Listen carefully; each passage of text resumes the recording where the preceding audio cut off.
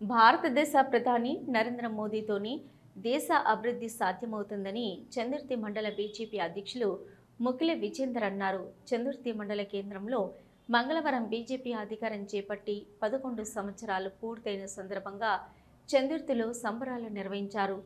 ప్రధాని నరేంద్ర మోదీ సారథ్యంలో దేశంలో కోట్లాది ప్రజలకు ఉచిత రేషన్ బియ్యం, ప్రధానమంత్రి ఆవాస్ యోజన పథకం కింద గృహాల నిర్మాణం, ఇతరత్ర అభివృద్ధి కార్యక్రమాలను చేపట్టి దేశం అన్ని రంగాల్లో ముందుకు సాగుతుందన్నారు. నరేంద్ర మోదీ సారథ్యంలో భారతదేశం ప్రపంచంలో 4వ స్థానంలో నిలిచిందన్నారు. రానున్న స్థానిక సంస్థల ఎన్నికల్లో బీజేపీ పార్టీకి అత్యధిక స్థానాలు వచ్చే విధంగా పార్టీ కార్యకర్తలు అంకిత భావంతో పనిచేయాలన్నారు.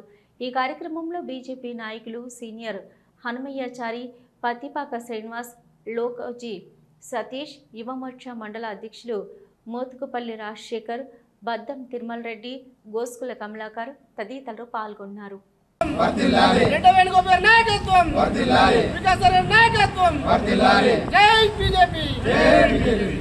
చందుర్తి మండల కేంద్రంలో భారతీయ జనతా పార్టీ రాష్ట్ర మరియు జిల్లా పార్టీ ఆదేశాల మేరకు మరి ఈరోజు మోడీ గారి ప్రభుత్వం 11 సంవత్సరాలు పూర్తి చేసుకున్నటువంటి సందర్భంగా మరి ఈ 11 సంవత్సరాల్లో భారతదేశం పురోగతి అనేది ఏ విధంగా అయితే మెరుగైందో, మరి ఇన్ని సంస్కరణలు, ఎన్నో కార్యాచరణలు రూపొంది ఒక దేశానికి కొత్త అడుగులు వేసినటువంటి నరేంద్ర మోడీ నాయకత్వం బలంగా ఉండాలని మరి దేశ ప్రజలను ఉద్దేశించి మరి ఎన్నో కార్యకలాపాలను ఇలా దేశాన్ని కంటికి రెప్పగా కాపాడుతూ మరి చాలా వరకు మరి గరీబుల వరకు, పేద ప్రజలకు ఇలా 81 కోట్లకు పైగా లబ్ధిదారులకు ప్రధానమంత్రి గరీబ్ కళ్యాణ్ అన్న యోజన ద్వారా ఉచిత రేషన్ బియ్యం, ఉచిత రేషన్ కార్డులు, అలాగే ప్రధానమంత్రి ఆవాస్ యోజన ద్వారా 4 కోట్ల పైగా ఇళ్ల నిర్మాణం.